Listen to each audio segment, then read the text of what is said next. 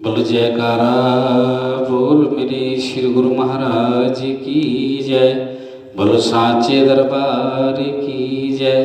बोलो श्री नगली निवासी भगवान की जय। बोलो श्री परमहंस दयाल जी महाराज की जय। ध्यान मूलम गुरुर्मूर्ति पूजा मूलम गुरुपदम मंत्रमूलं गुरुर्वाक्ये मोक्षमूलं गुरुकृपा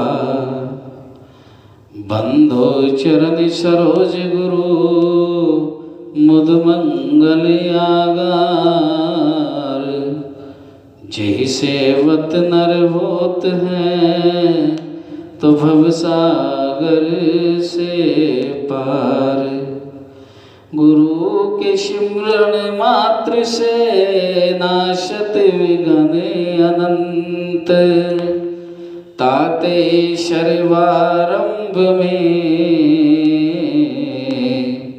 ध्यावत हैं सब संत। तो बोलिए साचे दरबार की जय। बोलो श्री नगली निवासी भगवान की जय। श्री गुरु महाराज जी के प्यारे बच्चों, प्यारी संगत,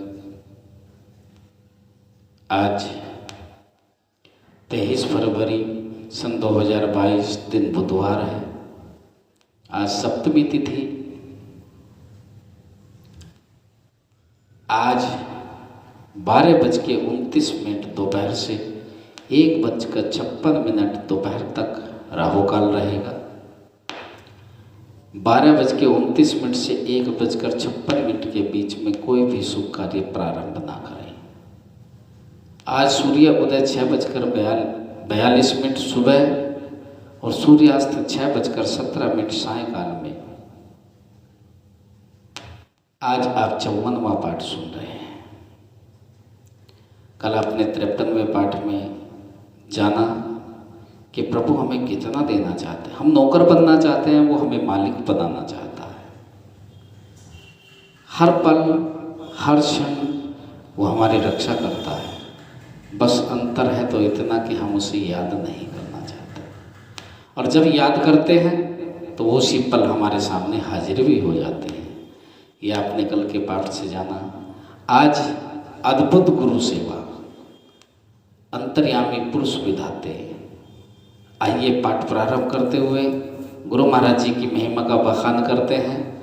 और कहा है अंतर्यामी पुरुष विधाते। जब कुछ दिन श्री महाराज जी को रनिके में विराजमान हुए हो गए, तब एक दिन चकबंदी से कुछ भक्त श्री दर्शनों के लिए रनिके आए। उन भक्तों में श्री रलिया राम जी भी शामिल थे। मार्ग में आते हुए भक्त रलिया राम जी के मन में यह विचार आया कि पूर्ण सदगुरु तो अंतर्यामी होते हैं, भला देखें तो सही कि हमारे सतगुरुदेव जी की अंतर्यामी हैं या नहीं। उनके मन का यह संकल्प कर लिया कि मुझे श्री महाराज जी के पूर्ण सतगुरु होने का विश्वास तब होगा यदि वे मुझे जाते ही अपना मुखामृत अर्थात अपना झूठा जल पीने को दें। देखिए, ये मत सोचो कि आज के लोग गुरुओं की या भगवान की परीक्षा लेते हैं। उस काल में भी जब हमारे गुरु महाराज जी श्री नगली निवासी भगवान स्वयं से शरीर से विराजमान थे, तब के भगत भी उनकी परीक्षा लेते थे। मन में क्या सोच लिया कि जब अपना झूठा जल मुझे देंगे मैं समझ जाऊंगा ये अंतर्यामी है। ये मेरे मन की भावना है, और देखते हैं वो अपने मेरी भावनाओं को समझते हैं या नहीं। बस इसी संकल्प विकल्प में मग्न भक्त रलिया राम जी चकबंदी से 6 कोस चलकर रनिके में आ पहुंचे।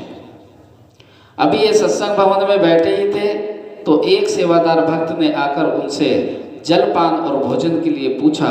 उन भक्तों ने कहा, हम पहले ही श्री महाराज जी के दर्शन करेंगे, फिर कुछ खाएंगे। उस समय श्री महाराज जी के दर्शन बंद थे, परंतु प्रेमियों का सच्चा प्रेम देखकर श्री महाराज जी ने उन भक्तों को अंदर बुलवा लिया। सभी प्रेमियों ने जाकर श्री चरणों में दंडवत प्रणाम किया। तब श्री महाराज जी ने उनकी कुशल क्षेम पूछी और ऋषि बीच पीने के लिए जल मंगवाया और थोड़ा सा जल पीकर गिलास में बचा हुआ जल भक्त रलाय राम जी को देकर अंतर्यामी सतगुरुदेव बोले, लो भाई यह तुम पी लो। भक्त रलिया राम जी ने जब ये वचन सुने तो वे बहुत डर से गए। उनकी हालत ऐसी हो गई कि काटो तो जिसमें खून नहीं। श्री महाराज जी का दिया हुआ अमृत रूपी जल पीकर भक्त रलिया राम जी अपने नेत्रों से अश्रु धारा बहाने लगे। साथ ही मन पश्चाताप करने लगे कि मुझसे बहुत बड़ी भूल हुई है, मैंने अज्ञानतावश श्री महाराज जी की परीक्षा ले ली। अब न जाने मैं अपनी परीक्षा कैसे दूंगा। श्री महाराज जी ने क्या सत्य कहा है, बिन प्रतीत होए नहीं प्रीति। भक्त जी के दिल में प्रेम का सागर हिलोरे लेने लगा। उन्होंने एकांत में श्री महाराज जी से बहुत नम्रता पूर्वक अपनी मूर्खता की क्षमा मांगी। दाता दीनदयाल जी ने उन्हें क्षमा कर दिया। इस रहस्य को भक्त रलाय राम जी अपने मन में गुप्त न रख सके। जब यह प्रेम चर्चा फैलने लगी तब एक दिन श्री महाराज जी ने आज्ञा दी, भाई ऐसी बात हर एक को कहनी उचित नहीं, न ही हर एक परीक्षा कर सकता है और न ही हर कोई परीक्षा दे सकता है। यह तो अधिकारी पुरुष का ही काम है। ऐसे सुनाकर तो हर एक आदमी प्रेम परीक्षा लेने के लिए तैयार हो जाएगा, परंतु अपना धर्म भूलकर धोखा खाएगा। पहले सेवक को सेवक बनना चाहिए, तब तक पूरा सेवक नहीं बनता, पूर्ण गुरु की पहचान नहीं हो सकती। इसलिए ऐसे रहस्य को हर एक से कहने की जरूरत नहीं होती। इस संकेत को पाकर भक्त रलिया राम जी ने और किसी के आगे इस वार्तालाप को करना बंद कर दिया। उनका प्रेम श्री चरणों में दिन प्रतिदिन बढ़ता चला गया।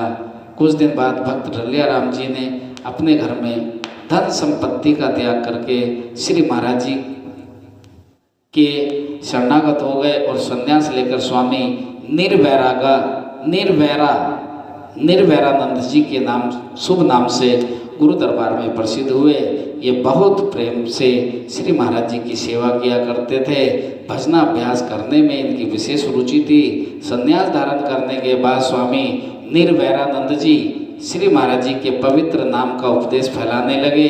उन्होंने जिला झंग पश्चिमी पंजाब में पीपल भुट्टा गांव में एक आश्रम बनवाया, जहाँ श्री महाराज जी ने कई बार दर्शन दिए। जब कुछ दिन श्री महाराज जी रनीके के गांव में विराजमान रहे तो मलपुर गोजरा के भक्त राधा कृष्ण जी तथा अन्य संगत श्री चरणों में पहुंची और सबने बड़े प्रेम से श्री सतगुरुदेव जी को गोजरा पधारने के लिए नम्र निवेदन किया। तब दयालु श्री महाराज जी ने रनीके गांव के प्रेमियों को बुलाकर अपनी आज्ञा सुनाई कि हम कल मलपुर गोजरा जाएंगे। दूसरे दिन श्री महाराज जी भक्त राधा कृष्ण जी और दूसरे प्रेमियों के साथ बड़े स्वागत सत्कार पूर्वक मलपुर गोजरा गए, जो कि रनीके गांव से 1 कोस दूर था। श्री महाराज जी की पवित्र सेवा में काफ़ी महात्मा जन भी थे। भक्त राधा कृष्ण जी तथा उनके प्रेमी परिवार ने श्री महाराज जी के पवित्र आसन का अलग प्रबंध किया हुआ था तथा महात्माओं ने के निवास के लिए भी सारा प्रबंध था। भक्त राधा कृष्ण जी के सुपुत्र श्री रामनाथ जी लाहौर जाकर बड़े प्रेम से श्री महाराज जी के सिंहासन के लिए मोती और झालर लेकर आए। इस प्रकार श्री महाराज जी उस सुंदर सिंहासन पर विराजमान हुए। सर्व संगत के ने शुभ दर्शनों से भरपूर लाभ उठाया। ऐसी मेरे उस प्रभु की अजब लीला थी, अद्भुत गुरु सेवा। एक दिन शाम को श्री महाराज जी सैर के लिए गए। उस समय आपके साथ भक्त कृपाराम जी और कई महात्मा जी भी थे। रास्ते में एक नाला आ गया। नाले को पार करने के लिए पुल काफ़ी दूर बना हुआ था। नाला 3.5 फुट चौड़ा था, परंतु गहरा बहुत था। अब सब विचार करने लगे कि कैसे किया जाए, पुल तो बहुत दूर है, श्री महाराज जी को वहाँ जाने में कष्ट होगा। तब भक्त कृपाराम जी ने श्री चरणों में प्रार्थना की कि दास को आज्ञा दीजिए कि नाले के ऊपर लेट जाऊं, एक किनारे पर पांव और दूसरे किनारे पर सिर, इस प्रकार आप मेरे ऊपर से चलकर नाले से पार हो जाएं श्री महाराज जी कहने लगे, भला यह कैसे संभव हो सकता है, हमारा भार काफ़ी है, आप सहन नहीं कर सकोगे। भक्त कृपाराम जी ने प्रार्थना की, श्री महाराज जी आपकी कृपा दृष्टि होनी चाहिए, सब ठीक होगा।